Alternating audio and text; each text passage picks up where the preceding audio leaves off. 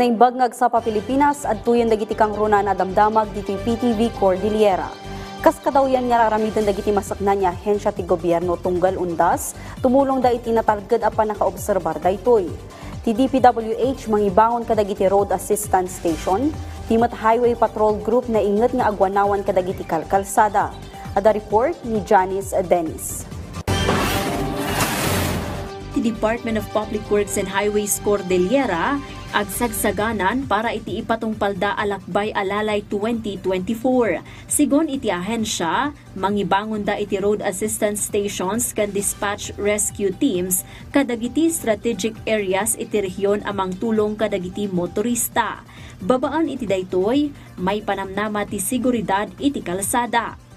Mayroon kaming skeletal framework para sa undas. Mayroon kaming schedule na sa pag-duty sa nalalapit na undas.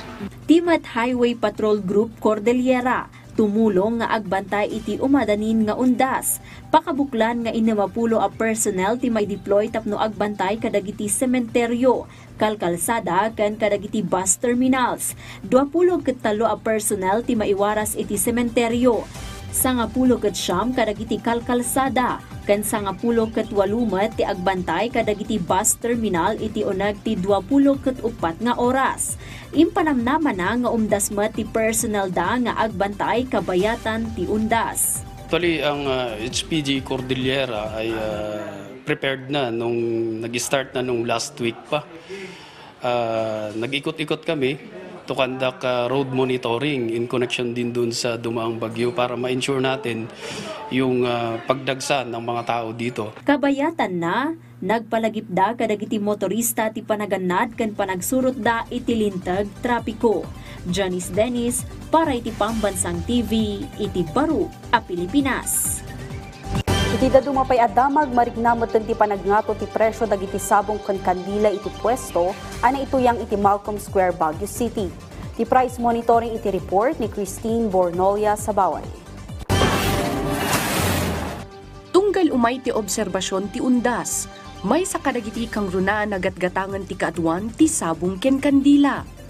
Mamati gamin ti dagduma at ti sabong ken kandila ket simbolo ti ayat ken panaglagip kadagiti ay ayatenda iti biag nga awanan iti lubong. Iti agdama, mariknan ti panagnato ti presyo dagiti nagduduma a klase ti sabong ken kandila. Ti sabong nga antorium katagayayam iti 150 to 250 pesos 1 dozen, roses a 400 pesos per 1 dozen, aster a 100 to 150 pesos per bundle. Dagiti mums katagayayam iti 10 to 200 pesos per bundle depende iti klase kas iti Malaysian mums, a 200 pesos per bundle. Pako 10 to 15 pesos per bundle, kenti sunflower a 60 to 70 pesos per piece. Kabayatan na timat presyo dagiti kandila ket nakadepende iti size ken kaadu. Ti large candle a 4 pieces ket 100 pesos, large perma a 1 bundle ket 100 pesos, spiral candle ket 200 to 250 pesos, visual candle 12 pieces ket 120 pesos. Altar candle a 150 pesos, manawag candle a per piece ket 10 pesos. Flower candle a 120 to 150 pesos ken ti angel candle a 180 to 200 pesos. Ni Juana, Manipod Santa Cruz, Zambales. Sakbaya dumanon ti undas, agturturong daytoy iti syudad tapno lang agatang ti sabong. Tripligamen ti presyo ijay lugar da. Ngumuray nangina ti presyo ita, kat kasapulan nga agatang iti sabong para iti minatay da. Ay, mahalaga yon kasi mahal natin yun eh. Kahit wala na sila, nasa ano pa rin natin yun, nasa puso.